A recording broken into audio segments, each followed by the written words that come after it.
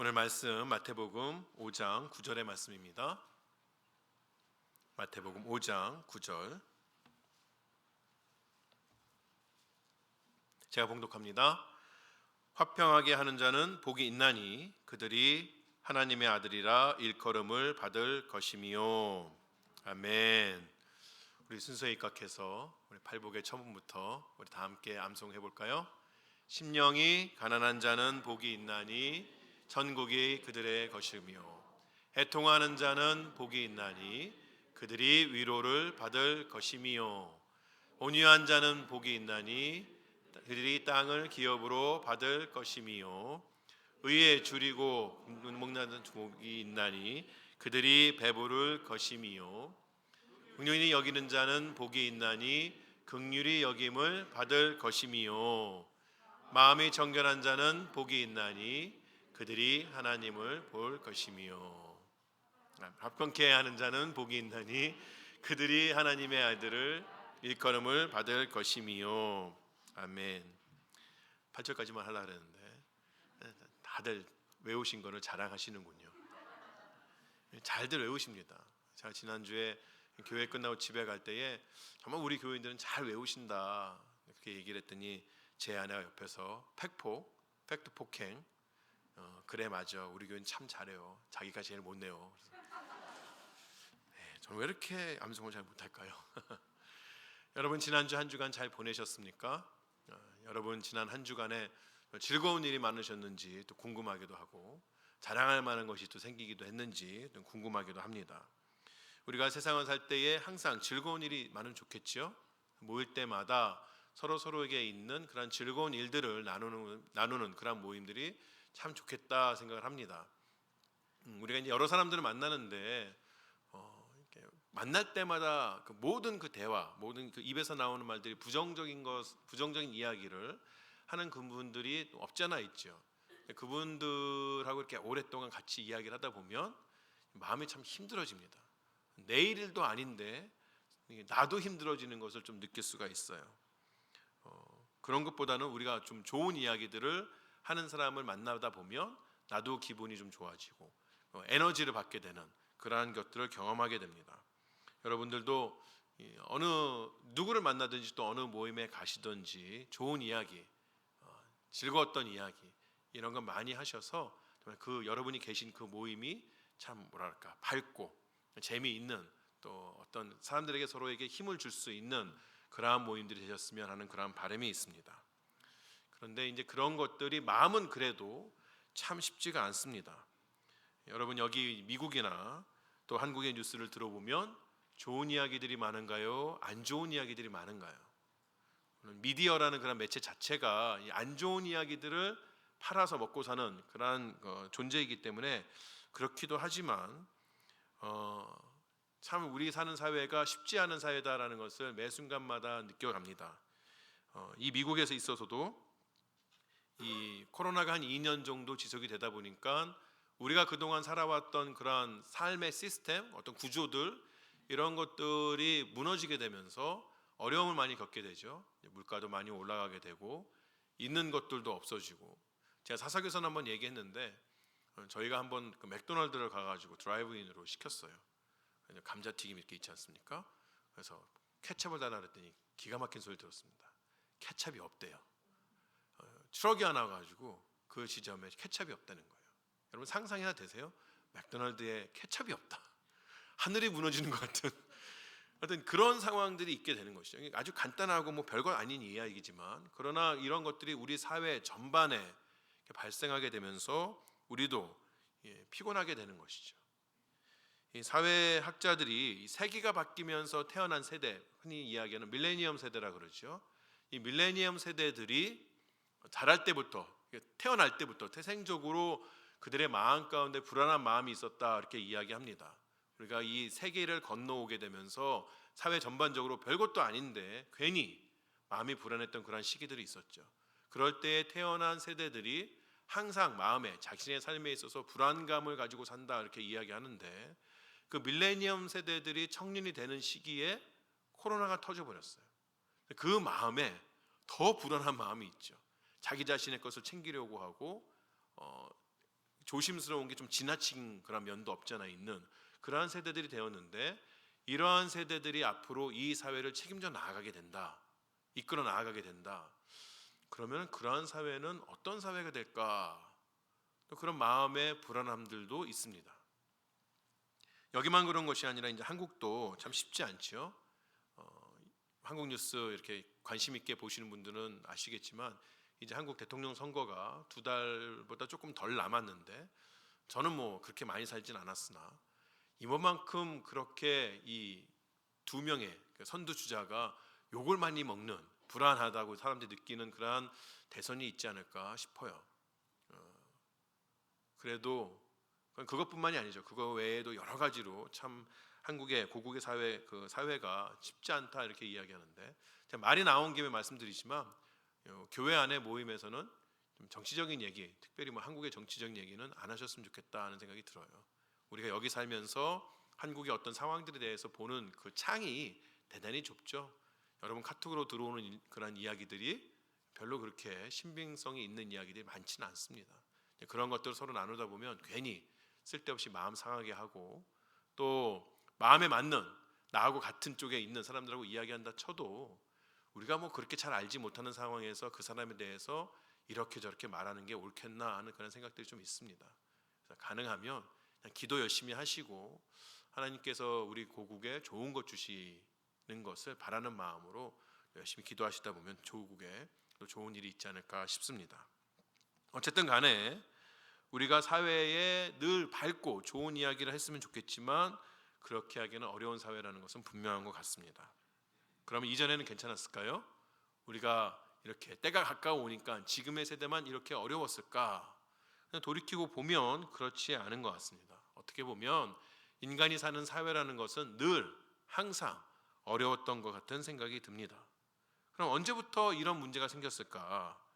언제부터 이 사회는 이렇게 어렵고 사람들의 입술에는 그 부정적인 말들이 나오기 시작했을까? 성경은 그때를 아담이 죄를 지은 그 순간부터라고 그렇게 이야기를 합니다. 하나님께서 지으신 세계는 매우 아름다운 곳이었죠. 평안이 가득한 곳이었습니다. 하나님께서 지으신 세계는 모든 것이 완벽했기 때문에 지으신 그분이 보고도 심히 좋았다라고 그렇게 이야기할 만한 세상이었습니다. 그 세계에는 부정적으로 이야기할 만한 것이 아무것도 없던 그러한 세계였던 것이죠. 아픔도 슬픔도 없는 그러한 곳이었습니다. 관계에 있어서도 완벽했습니다. 하나님과 인간은 항상 동행하며 서로에게 대해서 완벽한 그런 교통이 있었던 그러한 세계였고, 또 우리 인류의 첫 커플 서로를 바라보면서 아름다운 말들만 쏟아내었던 그러한 때가 있었던 것이죠. 이렇게 좋았던 세상이 그 인류의 첫 커플이 하나님 앞에 죄를 저지름으로 말미암아서 하나님께서 금하신 일을 함으로 말미암아서 결국 죄가 이 땅 가운데 들어오게 되고 이 세상이 전혀 다른 세상이 되어 버렸던 것입니다. 이 세계를 지탱하고 있던 가장 중요한 요소들인 관계들이 하나하나 다 깨어져 버린 것이에요. 일반적으로 우리가 아담이 죄를 지음으로 말미암아서 깨어진 그런 관계를 3가지로 나누어서 이야기하죠. 첫 번째는 하나님과 인간과의 관계가 깨어졌다 이야기합니다. 죄를 짓고 난 그러한 인간들은 하나님의 낯을 피해서 도망가기에 급급했던 것을 볼 수가 있어요. 하나님을 만나서도 정직하게 하나님 앞에 나아가는 것이 아니라 변명을 내어놓으면서 어떻게 해서든 간에 자기의 책임을 회피하려고 했던 것을 볼 수가 있는 것이죠. 두 번째 관계는 인간과 인간과의 관계입니다. 죄를 지은 이후에 인간은 서로를 위하고 보호하지 아니하고 서로에 대해서 책임을 전가하고 서로에 대해서 불평하기 시작했어요. 서로에게 있어서 아름답다, 좋았다 이런 말들보다는 서로를 가리켜서 손가락질하기에 바쁜 그러한 관계가 되어버렸던 것이죠. 인간과 자연과의 관계도 깨어졌습니다. 하나님의 창조 세계는 하나님께서 이 땅의 대리자로 세우신 인간을 통하여서 잘 유지되고 있었는데, 그러한 자연 세계가 인간이 죄를 지음으로 말미암아서 그 또한 하나님의 저주 가운데 놓이게 된 것이죠. 땅은 그때부터 가시덤불과 엉겅퀴를 내기 시작했다고 성경은 우리에게 이야기해 줍니다. 이 3가지 하나 더 붙여서 깨어진 관계를 이야기할 수 있다면 바로 우리 인간이 스스로 자신과 맺은 관계가 깨어졌다는 것을 우리는 말할 수 있을 것 같아요. 우리가 가지고 있는 정서적인 질병이나 아픔들은 결국은 인간이 스스로에게 가지고 있는 관계가 깨어짐으로부터 나온 결과라고 말씀을 드릴 수가 있겠습니다. 세상은 더 이상 아름다운 것으로만 가득 찬 그러한 곳은 아닌 것이죠. 여전히 들에 있는 꽃은 아름답고 지는 석양이 아름답고 이 세상에 아름다운 것들이 많이 있다 쳐도 그러나 그에 비해서 아름답지 않은 그러한 것들이 너무나도 많아진 세상이 되어버렸습니다. 하나님께서 일용할 양식을 충분하게 부어주셨음에도 베풀어 주셨음에도 불구하고 이 땅에는 여전히 결핍 가운데 사는 사람들이 너무나도 많이 생겨버린 것이에요. 그것이 왜 그렇습니까? 인간의 탐욕스러움, 인간의 부정직함 때문에 그런 일들이 다 벌어지게 되는 것이죠. 이때부터 사람들은 스스로 평화를 만들어 갑니다. 자신들이 가지고 있는 경험과 지혜를 가지고 어떻게 하면 이 세상에 평화를 가지고 올 수 있을까? 싸움과 다툼이 없는 그러한 세상을 만들 수 있을까? 나름대로의 유토피아를 상상하고 노력해 왔던 것이죠. 하지만 불행하게도 이 세상에 있었던 그 누구도 이 세상에 참다운 그러한 평화를 만들어내지 못했습니다. 오히려 사람들이 수많은 평화가 있다고 이렇게 이야기하지만 그것들은 다 거짓된 평화 또는 위조된 평화라고 그렇게 말할 수 있는 것이죠. 왜냐하면 그들이 만들어왔던 그러한 평화들이 다 하나같이 금세 깨어지고 말았기 때문에 그런 것이에요. 지속 가능하지가 않습니다. 오늘은 평안해 보이지만 내일 그 평화는 깨어지고 새로운 그러한 위험이 우리 앞에 놓여지는 것, 아니면 이미 가지고 있었던 그러나 없어졌던 것 같은 위험, 그러한 불안 장애들이 어려움들이 다시 이 세상에 드러나는 것들을 볼 수가 있게 되는 것이죠. 우리가 사람이 만들었던 그런 허황된 거짓된 그러한 평안들이 무엇이 있는가 생각해 보면 아주 작은 예로는 개인적으로 술과 마약들을 들 수 있겠죠. 사람들이 왜 술을 마시고 마약을 합니까? 적어도 그때만큼은 평안한 것 같으니까, 모든 것들이 잊어지고 다 괜찮은 것 같으니까. 그런데 그 약효에서 또는 술김에서 깨어져 나오는 순간 더 큰 아픔을 겪게 되는 것이에요. 술을 마시고 마약을 했다고 해서 그들이 맞이하고 있던, 마주 닥쳐왔던 문제들이 사라지는 것은 아니지 않습니까? 오히려 더 심한, 더 깊은 수렁으로 빠지게 되는 것을 볼 수가 있는 것이죠. 어떤 사람은 돈이 많으면 평안이 온다 이렇게 이야기도 합니다. 세상에서 돈으로 모든 일들 다 할 수 있으니까 돈 많으면 되는 거 아니겠습니까? 그럼 돈 많으면 우리가 평안히 살 수 있지 않겠습니까? 그렇게 이야기들을 하죠. 근데 여러분 정말 그럴까요? 여러분이 어느 날 복권에 당첨이 되었다. 그냥 뭐 작은 숫자가 아니라 한 3대는 일 안 하고 펑펑 쓰고도 남을 만한 큰 액수에 당첨이 되었다. 상상만 하셔도 얼굴에 미소가 띄어지는 분들이 계십니다. 얼마나 좋겠어요.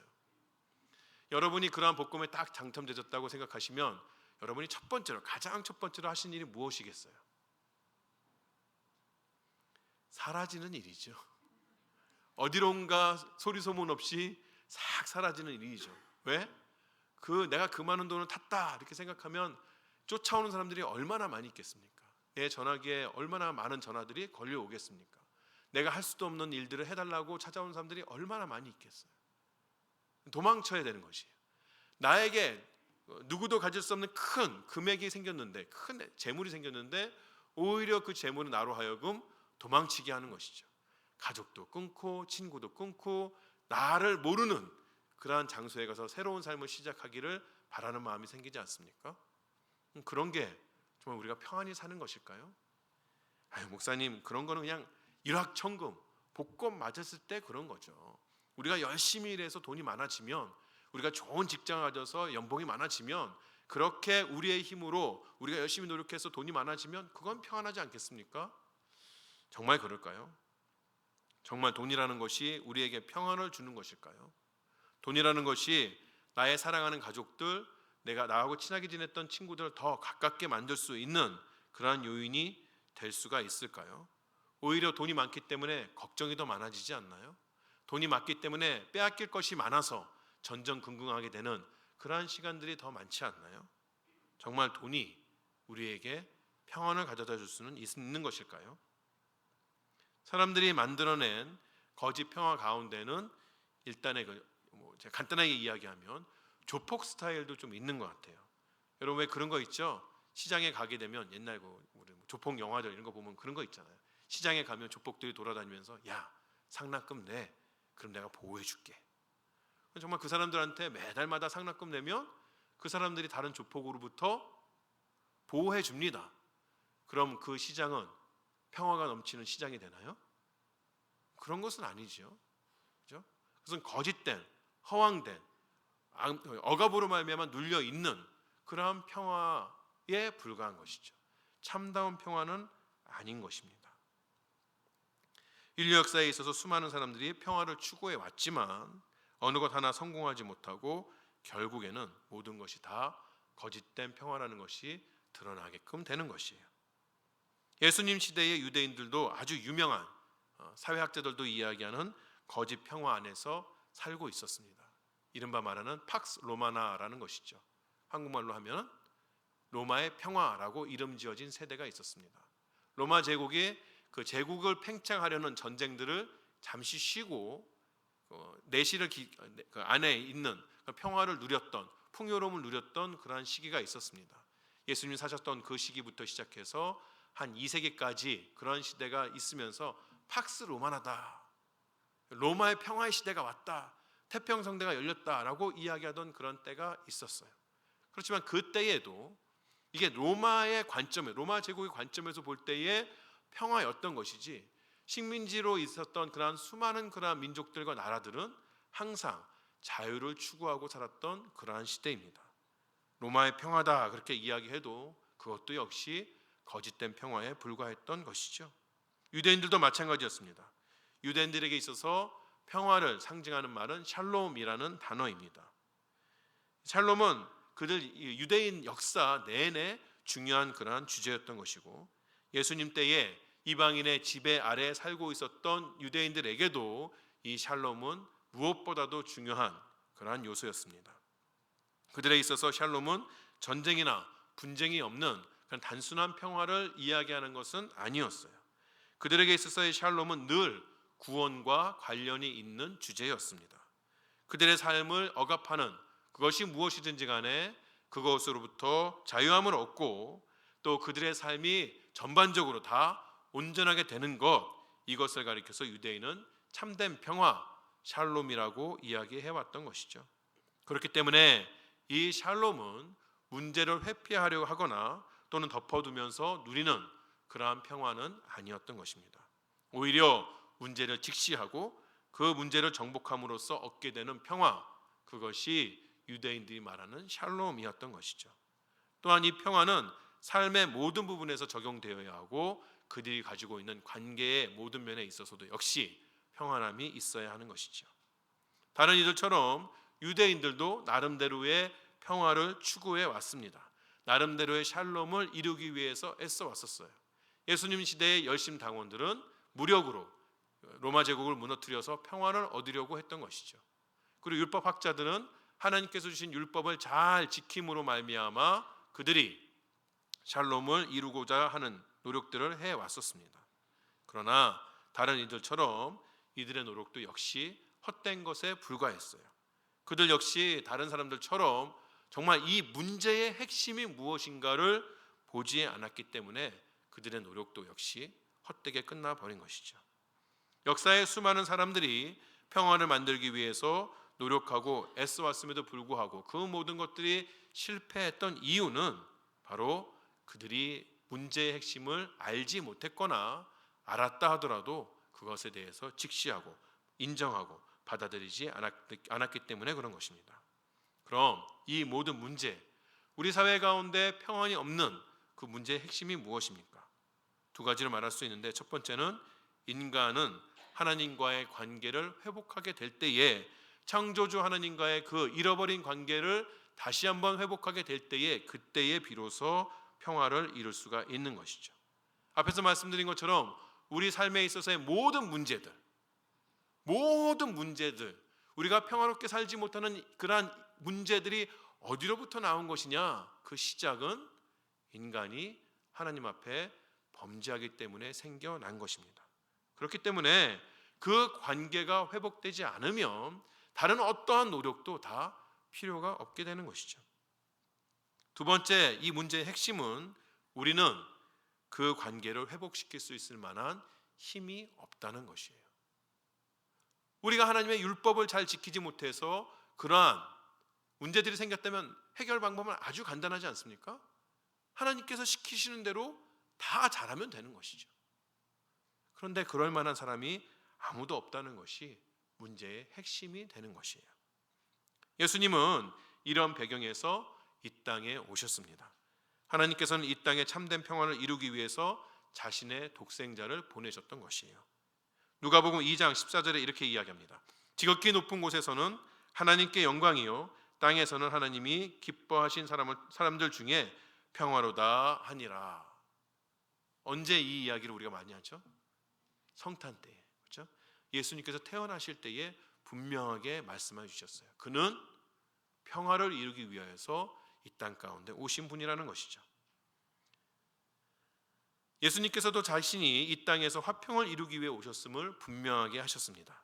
그가 주는 평화는 세상이 이때까지 만들어왔던 거짓 평화와는 너무 다른, 전혀 다른, 구분이 되는 그러한 평화라고 말씀하셨어요. 요한복음 14장에 보면 이렇게 말씀하십니다. 평안을 너희에게 끼치노니 곧 나의 평안을 너희에게 주노라. 내가 너희에게 주는 것은 세상이 주는 것과 같지 아니하니라. 너희는 마음에 근심하지도 말고 두려워하지도 말라. 예수님께서도 그들에게 말씀하셨죠. 세상에 지금 아니 오랫동안 너희에게 평안을 주고 있다. 그러나 내가 주는 평안은 그 이 세상에 있었던 거짓된 평화, 실패했던 평화와는 전혀 다른 평안을 너에게 줄 것이다 라고 분명하게 이야기하고 있는 것이에요. 앞에서 말씀드린 것처럼 세상은 계속해서 거짓된 평화를 만들고 있습니다. 그러나 예수님의 평화는 그것과 비교되는 참된 평화인 것이죠. 그런데 재미있는 것은 예수님께서 이러한 평화를 이루실 때에 우리가 상상해왔던 아니면 다른 사람들이 힘써왔던 방법과는 전혀 다른 모습으로 평화를 이루신 것을 볼 수가 있다는 것이에요. 마태복음 10장에서 예수님께서 이렇게 말씀하십니다. 내가 세상에 화평을 주러 온 줄로 생각하지 말라. 화평이 아니요 검을 주러 왔노라. 제가 말씀드린 거 한 1분도 지나지 않아서 두 개가 정말 반대되는 것을 볼 수 있죠. 예수님 평화를 위해서 이 땅에 태어나셨고 자신이 평화를 준다고 하는데 사람들이 물어보니까 뭐라고 말씀하세요? 나는 화평을 주러 온 것이 아니다. 아니 도대체 예수님 말장난하시는 건지 요즘 시대의 정치인도 아니고 뭐 이렇게 말을 앞뒤로 이렇게 확 바꾸실까? 여기서 우리는 이 땅 가운데 참된 평화를 이루기 위해서 가장 중요한 한 가지를 깨닫게 됩니다. 진리를 포기한 평화는 없다는 것이에요. 예수님께서는 세상과 타협하면서 평화를 평화를 만들고자 하신 것은 아니었던 것이죠. 우리에게 오는 참된 평화는 그렇게 오는 평화가 아닌 것입니다. 히브리서 12장은 이렇게 이야기합니다. 모든 사람과 더불어 화평함과 거룩함을 따르라. 이것이 없이는 아무도 주를 보지 못하리라. 지금 이 히브리서 12장에서 보시는 것처럼 화평과 거룩은 떨어지는 것이 아닌 것이에요. 화평하기 위해서 우리에게 필요한 것이 무엇이다? 거룩한 것이죠. 거룩을 위하여서 필요한 것은 화평인 것입니다. 이 두 가지가 서로 다르게 따로 떨어져서 활동하지 않는다는 것이죠. 진리를 위한 싸움을 회피하고 나서 화평이 이루어질 수 있다고 생각하는 것은 착각에 불과하다는 것이에요. 유대인의 샬롬의 개념에서 보는 것처럼 참된 평화는 삶의 온전함에서부터 오는 것입니다. 진리를 뭉뚱그리고 죄와 타협하면서 어떻게 우리의 삶에 온전함이 있을 수 있겠습니까? 그렇게 우리의 삶에 온전함이 없다면 역시 참된 평화도 올 수 없다는 것이죠. 우리가 진리 안에서 온전하게 될 때에 비로소 우리에게 참된 평화가 오는 것입니다. 우리가 이 땅에서 화평을 이루는 자가 되려면 먼저 진리 안에 바로 서야 되고 진리를 외칠 수 있는 자가 되어야 이 땅 가운데 참된 평화를 누리고 살 수가 있다는 것이에요. 그런데 진리를 거부하는 세상에서 진리를 찾으려 할 때에 우리는 필연적으로 심각한 도전에 맞닥뜨리게 된다는 것이죠. 우리가 간단히 전도만 생각해봐도 그렇지 않습니까? 전도라는 것이 무엇이에요? 예수 그리스도께서 주 되심, 우리의 구원자 되심을 선포하는 것입니다. 그런데 예수님께서 우리의 주가 되신다, 구원자가 되신다의 가장 첫 번째 그 스텝이 뭐죠? 우리는 죄인이다부터 시작하는 것이에요. 여러분 전도하실 때 당신이 정말 죄인입니다, 운이 좋으시면, 정말 운이 좋으시면 그 말씀 하실 때에 막 앞에 있는 사람이 펑펑 울고 난리가 나겠죠. 그렇습니다, 제가 죄인입니다, 막 그러겠죠. 대부분 어때요? 이 사람이 무슨 소리를 하나. 우리가 도를 전할 때에 상대방은 우리를 공격하려 든다는 것이에요. 너희가 말하는 것이 무슨 일이냐? 어떻게 나에게 그런 험악한 말을 할 수 있는가? 어떻게 나에게 거친 말을 할 수 있는가? 그렇게 이야기한다는 것이죠. 복음은 거치는 것입니다. 그렇기 때문에 이 복음을 전하는 자들은 늘 도전을 마주할 수밖에 없는 것이에요. 그 도전은 늘 우리를 적대시하는, 우리와 친하지 않은, 우리가 예수 믿는 것을 반대하는, 고깝게 여기지 않는 그러한 사람들로부터 오는 것일 수도 있지만 우리의 가까운 가족과 친구에게서도 올 수 있는 것입니다. 우리가 앞에서 봤던 마태복음 10장의 말씀, 예수님께서 세상에 화평을 주러 온 것이 아니라 검을 주러 오셨다는 그 말씀 이유를 쭉 보면 그 다음에 예수님께서 말씀하시는 것이 사람의 원수가 자기 식구이다라고 그렇게 말씀하세요. 우리가 가족을 너무 사랑한 나머지 진리를 위해 싸우는 것을 그만둘 수도 있게 된다는 것이죠. 우리가 주위에 있는 사람들을 너무 사랑한 나머지 그냥 어떻게 대충 뭉뚱그려서 평화를 이루려고 하는 그러한 자세를 가질 수도 있다는 것입니다. 진리를 위한 싸움은 매우 처절한 싸움입니다. 예수님의 십자가의 처절함이 그것을 보여주는 것이죠. 예수님은 싸우셨습니다. 진리를 위해서 악한 자들을 대항하여 물러서지 않으신 분이세요.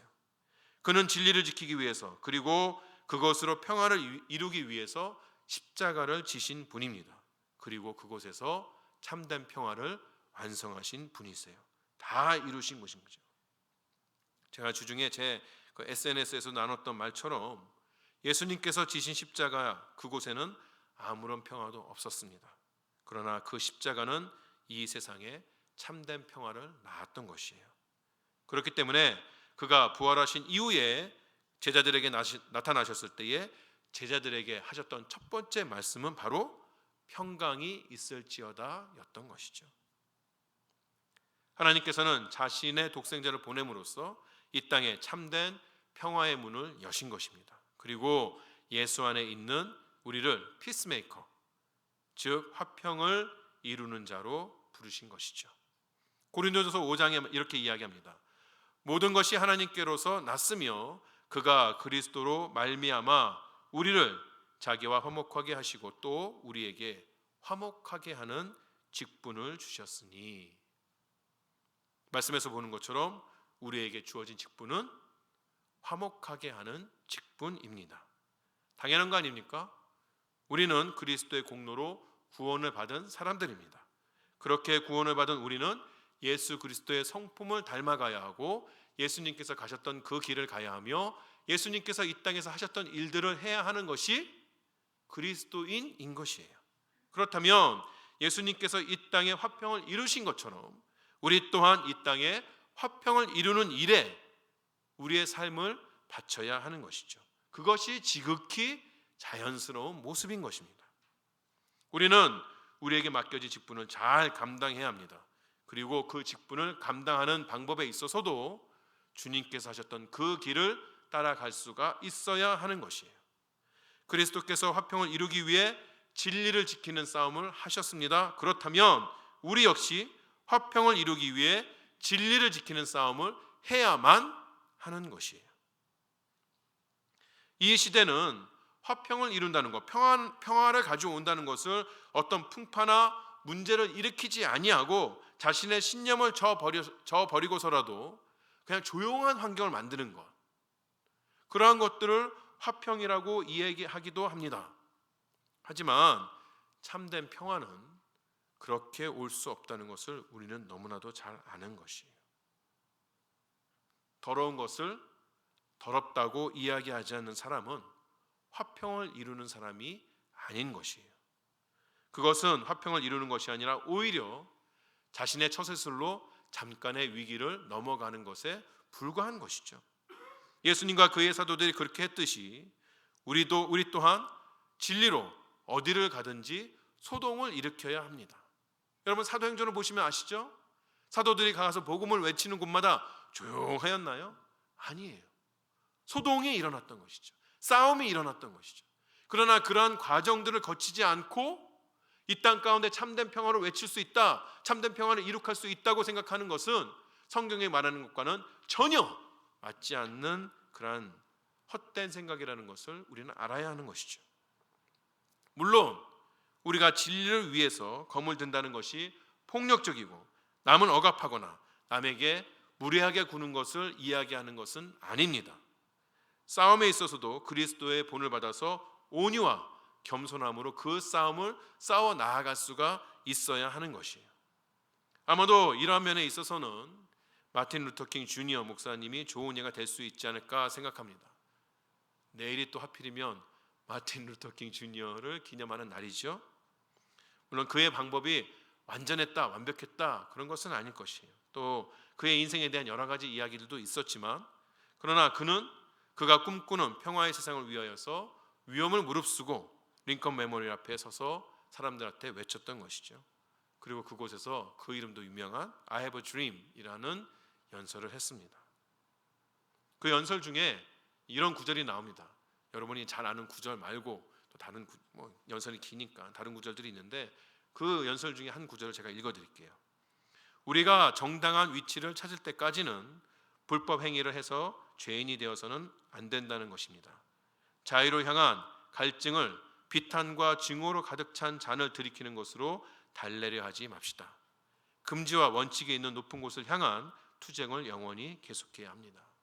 이러한 마틴 루터킹 주니어 목사님의 말이 우리가 이 땅 가운데 진리를 위해서 쌓아나가는 자세가 어떤 자세냐가 중요한 것이에요. 잘 알려주는 것이죠. 우리가 진리를 위해 싸운다는 명목 아래 다른 이들에게 무례하게 대하거나 함부로 하거나 그들의 권리를 빼앗는다거나 그러한 것으로 평화를 이룰 수 있는 것은 아니라는 것이에요. 우리가 진리를 가졌기 때문에, 진리를 외쳤기 때문에, 진리를 위해서 싸우기 때문에 세상으로부터 비난받는 것은 어쩔 수 없습니다. 모든 사람들에게 항상 칭찬을 받고 사는 것이 그리스도의 삶은 아닌 것이에요. 우리가 복음을 외칠 때에 세상 사람들이 우리를 미워하는 것은 당연한 것이며 그것으로부터 비난받는 것도 당연한 일입니다. 하지만 우리의 교만함 때문에, 우리의 인색함 때문에 비난을 받아서는 안 되는 것이죠. 우리가 세상을 이간질하여서 비난을 받는 것도 안 되는 것이죠. 예수님께서는 우리에게 늘 다른 사람들과 화목하기 위해서 애써야 한다고 강조하십니다. 마태복음 5장 후반에 가면 이렇게 말씀하십니다. 그러므로 예물을 제단에 드리려다가 거기서 내 형제에게 원망 들을 만한 일이 있는 것이 생각나거든 예물을 제단 앞에 두고 먼저 가서 형제와 화목하고 그 후에 와서 예물을 드리라. 하나님 앞에 예물을 가지고 예배를 드리러 오는 그 길거리에서, 그 길선상에서 갑자기 여러분 마음 가운데 원망 들을 만한 일, 원망할 만한 일이 아니고 원망 들을 만한 일, 이게 어떻게 생기는 것이죠? 내가 어떠한 태도나 어떠한 언행을 잘못함으로 말미암아서 다른 사람들이 나에게 원망하겠다라고 하는 일이 생각이 나거든 예배 시간 늦어도 그것부터 해결하고 오라는 것이에요. 왜? 남에게 원망 들을 만한 일을 하면서 나는 괜찮으니까, 내 마음은 평안하니까 그런 마음으로 예배하러 나오는 자의 예배를 하나님께서 받지 않으시겠다고 지금 말씀하고 계시는 것이죠. 예수님께서는 심지어 우리에게 원수들과도 화평하라고 그렇게 말씀하고 계십니다. 사도 바울도 로마서에서 할 수 있거든 너희로는 모든 사람과 더불어 화목하라고 말씀하세요. 여기서 말하고 있는 할 수 있거든은 너희가 그냥 해보고 안 되면 말고 이러한 선택의 이야기가 아닙니다. 할 수 있거든은 너희가 가진 모든 것들을 다 들여서라도 끝까지 노력해서라도 화목하라고 말하고 있는 것이에요. 우리는 화평을 이루는 자가 되어야 하는 것입니다. 세상의 소망은 다른 누구에게 있지 않아요. 대통령 한 명 잘 뽑았다고 해서 세상이 바뀌지 않습니다. 위정자들이 갑자기 개가천선했다고 해서 그들이 이 땅 가운데 평안한 나라를 만들지 않아요. 이 세상의 소망이 어디에 있습니까? 그리스도에게 있는 것이에요. 그렇다면 이 세상의 소망은 어디에 있는 것입니까? 교회에 있는 것이에요.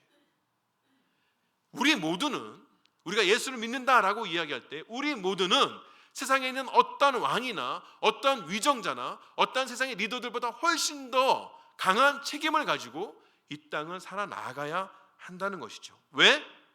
우리만이 참된 평화를 알고 있으며 그 평화를 이룰 수 있는 방법을 알고 있기 때문에 그런 것입니다. 여러분, 미국 사회에서 돈을 잘 버는 직종 중에 하나가 뭔가요? 여러 가지가 있지만 그 중에 하나가 변호사이죠. 왜 변호사들이 그렇게 돈을 많이 벌 수 있을까요? 그만큼 이 세상 가운데는 분쟁이 많다는 것이에요. 싸움이 많다는 것이죠. 믿지 못할 것이 많다는 이야기입니다. 이 사회는 분쟁에 익숙한 사회입니다. 점점 더 그렇게 돼가죠. 지난 미국의 대선이나 또 지금 진행 중인 대선이나 보면 참 안타까운 것은 평화를 외치는 사람들은 오히려 뒤로 밀리는 것 같은 느낌이 들어요. 싸워서 이겨야 된다, 적들을 파괴해야 된다, 말로는 다 통합을 외치고 있지만 하는 말들, 그런 것들을 보면 도대체 저 사람들이 정말 100%를 위해서 대통령이 하려고 하는 것인지 아니면 그냥 나는 51%만 가지면 되겠다고 생각해서 하는 사람들인지 참 의심이 될 때가 많습니다. 세상은 분쟁에 너무나도 익숙해져 있죠. 그 사회에서 참다운 하나님의 화평을 이루는 것, 진정한 화평을 이루는 것은 교회에 달려있는 책무입니다. 이렇게 이 땅에서 참된 화평을 이루기 위해 애쓰는 자들에게 주어지는 특권이 무엇인가요? 그것은 하나님의 아들이라 일컬음을 받는다는 것이죠. 여기에 하나님의 아들이 된다는 것은 단순히 하나님께서 우리에게 애정 표현 좀 하신다라고 끝나는 것이 아니라 그 아들이 가지고 있는 존엄과 영예와 신분이 우리에게 주어진다는 이야기입니다. 그 아들이 누리는 개인적이고도 영원한 사랑이 우리에게 주어진다는 것이죠. 하나님의 아들이 된다는 것은 세상의 어떤 권세도 우리의 존재를 해할 수 없다는 이야기입니다. 하나님의 아들이 된다는 것은 예수 그리스도께서 이 땅 가운데 오셔서 참된 평화를 이루신 것처럼 그런 평화를 이룰 수 있는 권세, 능력, 지혜가 우리에게도 주어진다는 이야기이기도 합니다. 사랑하는 세미한 여러분, 이런 하나님의 말씀을 우리 마음에 두어야 하는 것이죠. 거짓된 평화를 이루기 위해서 인생을 허비하는 그런 삶이 되어서는 안 되는 것이죠. 그리스도의 복음이 아니면 그 어느 것도 우리에게 참된 평화를 줄 수 없음을 기억하고 이루어가는 인생이 되어야 하는 것이죠. 그리고 우리는 참된 평화를 이루기 위해서 진리를 위해 싸우는 것을 주저하지 않는 그러한 우리가 되어야 하는 것이죠. 우리가 가는 곳마다 복음으로 하나님과의 관계가 회복이 되어지고 서로가 평화를 누릴 수 있도록 만드는 피스메이커가 될 수 있도록 노력해야 하는 것이죠. 또한 우리에게 원망할 만한 자들을 찾아서 그들과 화평을 이루기 위해 손을 내밀 수 있는 넉넉함이 있는 사람이 되어야 하는 것이죠. 그런 귀한 일에 여러분의 삶을 들이시며 그에 따라서 주어지는 하나님의 아들의 복을 풍성하게 누리는 여러분 되시기를 주의 이름으로 축원합니다. 기도하시겠습니다.